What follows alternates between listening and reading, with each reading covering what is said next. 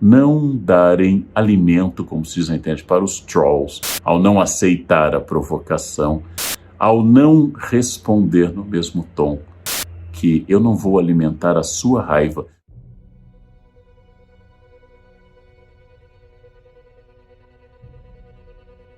Não darem alimento, como se diz na internet, para os trolls, ou seja, ao não responder no mesmo tom, ao não aceitar a provocação, eu acabo dizendo então que eu não vou alimentar a sua raiva, porque esta sua ira é sua, é um código seu, é uma gramática sua, é uma energia que lhe pertence. Eu não vou ser o impulsionador, a alavanca, o trampolim para a sua raiva. E assim, eu não alimento monstros, monstros que podem crescer e dialogar com os meus monstros também. Deixo que a pessoa enraivecida siga adiante. Sim, o mundo a todo instante, sem cessar, sem parar, o mundo nos enfrenta.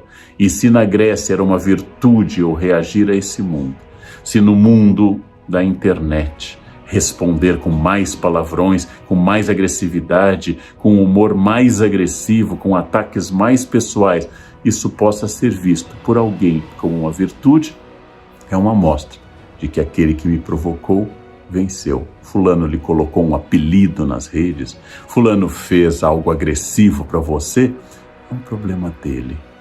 Ele tem dificuldades com você, ele não consegue aceitar. É uma escolha dele, é uma escolha absolutamente pertencente a ele. E ao fazer tudo isso, ele pergunta, vai entrar no meu joguinho de raiva? Vai ser irado como eu, no sentido de tomado de cólera? Vai se infantilizar? Vai mostrar que tem insatisfações com a sua vida que devem ser transportadas para o outro? É uma pergunta. E aí algumas pessoas aceitam e outras pessoas rejeitam a participação nesse jogo.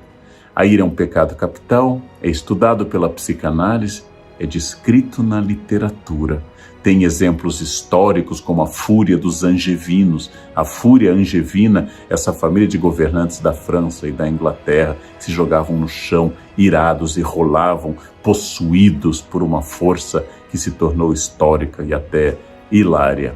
A ira é um sinal de falta de paciência, de falta de conhecimento, de falta de controle, de falta de sabedoria, e se eu fosse religioso, de falta de Deus, de falta de tranquilidade dada pela certeza que Jesus é o Deus da paz, Jesus é o Deus da tranquilidade.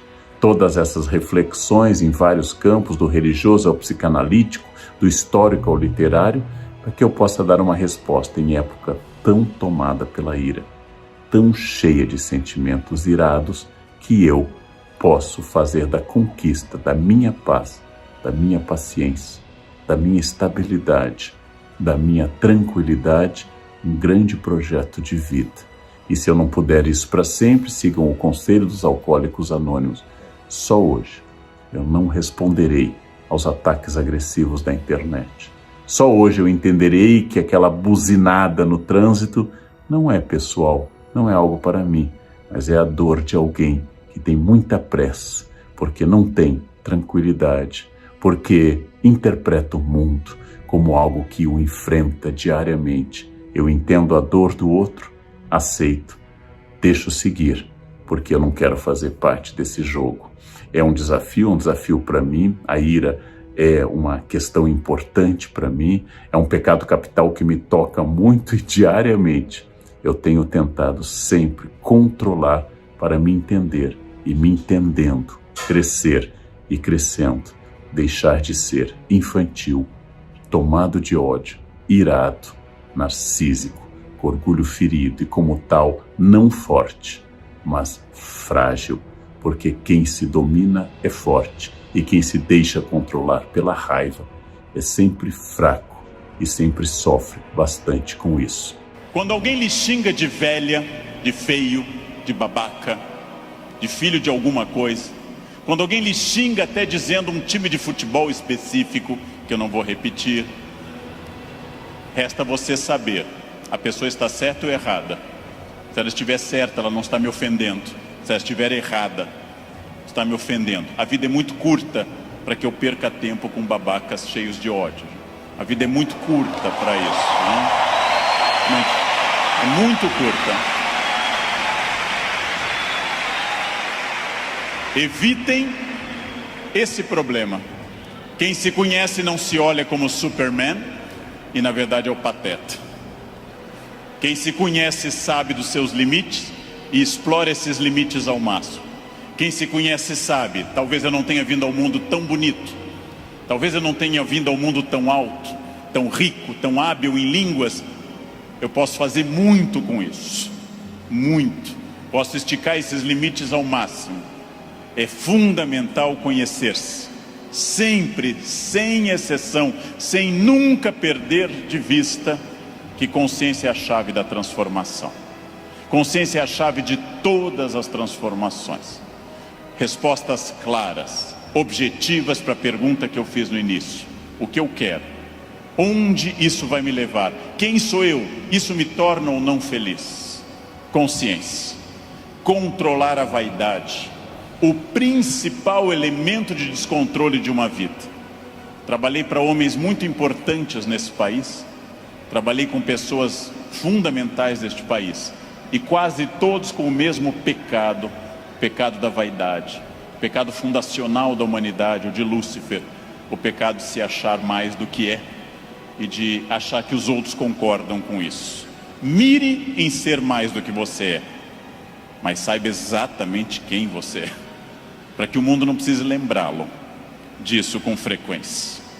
É melhor que qualquer pessoa, cobramos mais o corpo com roupas e alguém diga, nossa, você está muito bem, poderia deixar mais alguma coisa à mostra, do que alguém que diga, vai colocar uma burca, meu filho, tá demais. Quer dizer, esperem, saibam quem vocês são. Saibam quais as lutas que valem a pena. Por quê? Porque a vida oferece algumas lutas muito boas. Família é uma delas. Luta contra o racismo é uma luta muito boa. Dedico parte da minha vida a isso. Luta contra a violência sobre as crianças, luta contra a pedofilia é muito boa. Essas lutas são boas, merecem toda a nossa energia, merecem todo o nosso empenho, talvez até a vida. As outras, não. Não. Escolham a luta, gente. Escolham as lutas. Não é boa luta o trânsito. Não é boa luta. É ridículo brigar no trânsito. A pessoa pode estar simplesmente louca, drogada ou armada. Não lutem no trânsito. Não percam um projeto de vida por causa de um louco. Não lutem em família, dentro da família. Família é como herpes, volta sempre. Volta sempre, gente. Você brigou agora, no próximo Natal tem de novo. Não adianta brigar. Escolham as lutas. E quando alguém lhe ofender na sua rede social, bloqueie, apague ou ignore. Rede social não é um bom espaço de luta, é perda de tempo ficar brigando em rede social. Escolham as lutas, gente. E aqui um detalhe, uma campanha. Falando no Brasil inteiro, eu estou lançando uma campanha, gente. Pelo amor de Deus, parem de dar bom dia em grupo de WhatsApp. É a minha campanha. É a minha campanha. Se alguém der bom dia, apaguem simplesmente. E pronto. Pronto, falei. Escolham as lutas. O mundo inteiro hoje está centrado em duas coisas. Parecer, através de redes sociais, e ter. Ter é bom, se representar que eu vou melhorar com isso. Ter para ser, ter para parecer é ruim. É bom eu ter conforto, é bom eu ter algumas coisas materiais, desde que eu saiba que elas servem à minha felicidade. E não eu sirvo as coisas. Ter e parecer não se confunde com ser. Mas de vez em quando vem a pessoa que discorda. Discordar é muito bom, discordar é democrático. Mariana, não acho que você tenha dito uma coisa certa, porque na minha experiência é assim. A outra coisa é começar já adjetivando, não é? Porque você xingando. Aí decidem que eu sou comunista, o que não é verdade, não seria um problema ser, porque não é um crime, mas não é verdade. Você adora Che Guevara, e eu perguntei, em qual texto, aula ou vídeo você viu um elogio meu a ti? E a pessoa, aí ela apaga. Aí ela foge. É um pouquinho...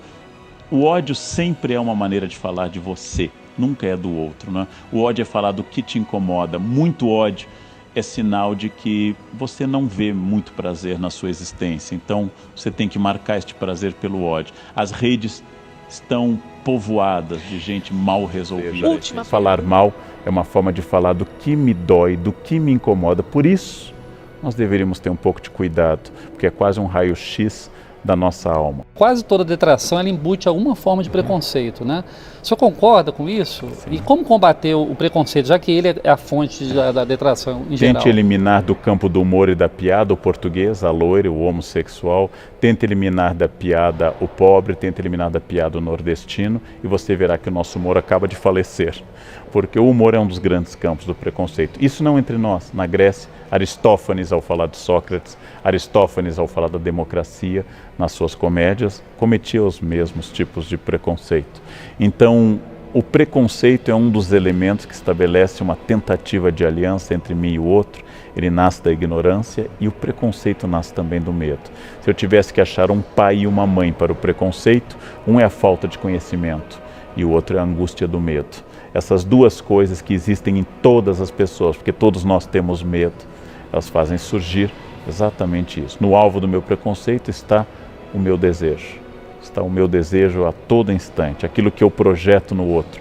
O preconceito é muito forte, livrar-se dele é quase impossível. Para que ele seja superado, nós precisamos de duas coisas. Uma é a educação, que é o consenso, e a outra é a coerção, que é a lei. Eu acredito em campanhas e debates sobre, por exemplo, a presença do negro na sociedade brasileira fundamental, e também acredito que nós precisamos continuar, que o racismo seja crime inafiançável.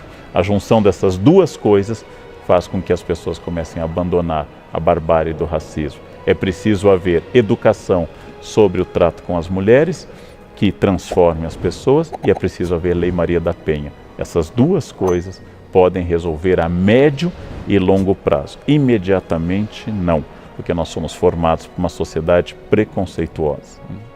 Não é porque